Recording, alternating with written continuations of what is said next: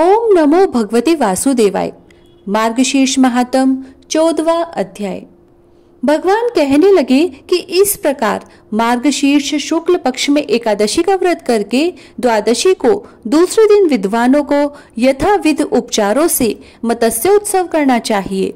मार्गशीर्ष मास की दशमी के दिन बुद्धिमान नियम में स्थित होकर तथा विधि देवार्चन कर अग्नि कार्य करे, शुद्ध चित्त होकर प्रसन्नता से शुद्ध वस्त्र पहने, संस्कृत द्रव्य अन्न को पकाकर पंच पद को जाए, वहां पर पैरों को धोकर 8 अंगुल प्रमाण दूध वाले वृक्ष की दातुन करे, दांतों और जीवा को शुद्ध करे और अच्छी तरह आचमन करे तथा आकाश की तरफ देखकर मेरा ध्यान करे, जिसके हाथ में शंख चक्र और गदा धारण है, जो कोटि और पीतांबर धारी है, कमल के समान प्रसन्न मुख वाले समस्त लक्षणों से युक्त है।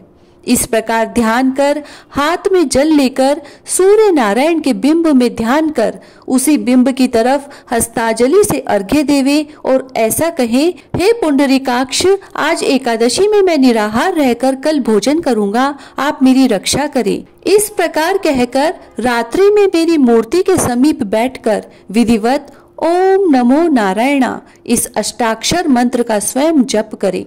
बाद में द्वादशी के दिन समुद्र में जाने वाली नदी पर जाकर अथवा दूसरी तालाब या घर में ही नियमानुसार स्नान करें। सबसे पहले शुद्ध मृत्तिका को लेकर इस मंत्र से देव देवेश भगवान विष्णु को प्रणाम करे तो मनुष्य उसी समय शुद्ध हो जाता है। यह मंत्र इस प्रकार है, हे देव, समस्त प्राणियों का आप ही से धारण पोषण होता है। हे सुव्रत, उस सत्य वचन से मेरे सब पाप नाश करो। ब्रह्मांड में जितने भी तीर्थ हैं वे समस्त देवताओं के हाथों से स्पर्श किए गए हैं, अतः आपसे स्पर्श की गई इस प्रतीका को मैं उड़ाता हूँ। हे वरुण, आप रश में समस्त नित्य रूप से स्थित हैं, इसीलिए इस मृत्तिका को गीली करके पवित्र कीजिए, देर नहीं करें। इस प्रकार प्रार्थना करने के पश्चात मिट्टी को ग्रहण करें और उसके 3 पिंड बनाकर पृथ्वी पर रख दें। शेष मिट्टी को अपने शरीर पर लेपन करें और उस जल में जिसमें सदैव मगर और कश्यप रहते हैं अच्छी तरह स्नान कर आवश्यक कर्मों को करके मंदिर में जाएं। हे महायोगिन, वहां जाकर नारायण हरिदेव की आराधना करें और ओम केशवाय नमः इस मंत्र से चरणों का, ओम दामोदराय नमः इस मंत्र से कटिका का, ओम नरसिंहाय नमः इस मंत्र से हृदय का, ओम कौस्तुभाय नमः इस मंत्र से कंठ का, ओम श्रीपते नमः इस मंत्र से वक्ष स्थल का, ओम जैलोक्य विजय नमः इस मंत्र से बाहु का, ओम सवात्ने नमः इस मंत्र से सिर का, ओम रथांग धारणे नमः इस मंत्र से मुख का, ओम कराय नमः इस मंत्र से शंख का, ओम गभीराय नमः इस मंत्र से गदा का, ओम शांत मूर्ते नमः इस मंत्र से कमल का पूजन करें।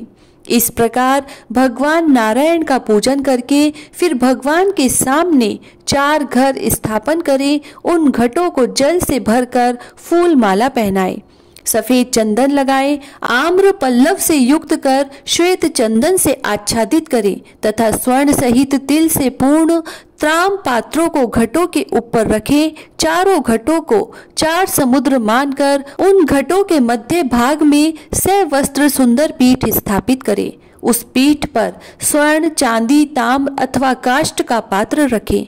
इन पात्रों के अभाव में पलाश पात्र स्थापित करें और उस पात्र में जल भरकर स्वर्ण के बने हुए मत्स्य रूप जनार्दन भगवान को स्थापित करें तथा देव देव मत्स्य भगवान पांवों से मुक्त करें और श्रुति वेद स्मृति से विभूषित करें।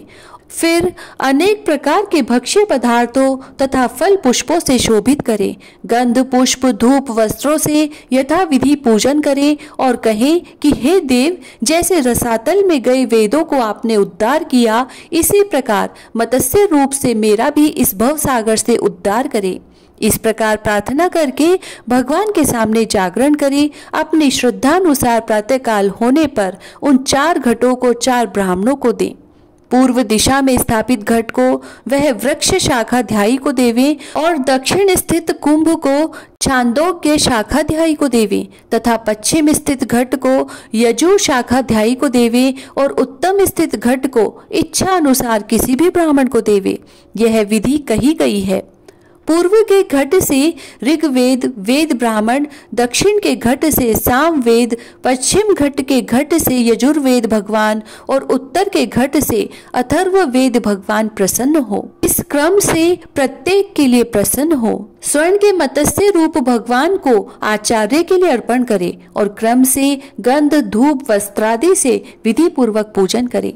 जो इस रहस्य सहित विधान के मंत्र पूर्वक करता है और विधि के सहित दानादि देता है, उसको कोटि गुना फल मिलता है। जो गुरु को देना निश्चित करके वाद मोहवश नहीं देता है, वह मनुष्यों में अधम कोटि जन्म पर्यंत नरक की यातना को भोगता है। जो इस विधान का उपदेश करता है, विद्वानों ने उसी को गुरु कहा है। इस विधान से दानादि करें और द्वादशी को मेरा पूजन करें। अनेक प्रकार के उत्तम अन्न से ब्राह्मणों को भोजन कराएं और अपनी शक्ति के अनुसार दक्षिणा देवें। के पश्चात स्वयं जितेंद्रिय और मौन होकर स्त्री के साथ भोजन करे। जो मनुष्य इस विधि से मत्स्य भगवान का पूजन करता है तथा उत्सव मनाता है, उस मनुष्य के पुण्य के फल को मैं कहूँगा, आप सुनो। यदि किसी के 10 लाख मुखों और ब्रह्मा के तुल्य आयु हो तो वह भी इस धर्म को कहने में असमर्थ हो सकता है। जो मनुष्य इस श्रेष्ठ द्वादशी कल्प को कहता है अथवा सुनता है, वह समस्त पापों से मुक्त हो जाता है। इति श्री स्कंद महापुराणे मार्गशीर्ष मास महात्म 14वां अध्याय समाप्त हुआ। जय श्री राधे।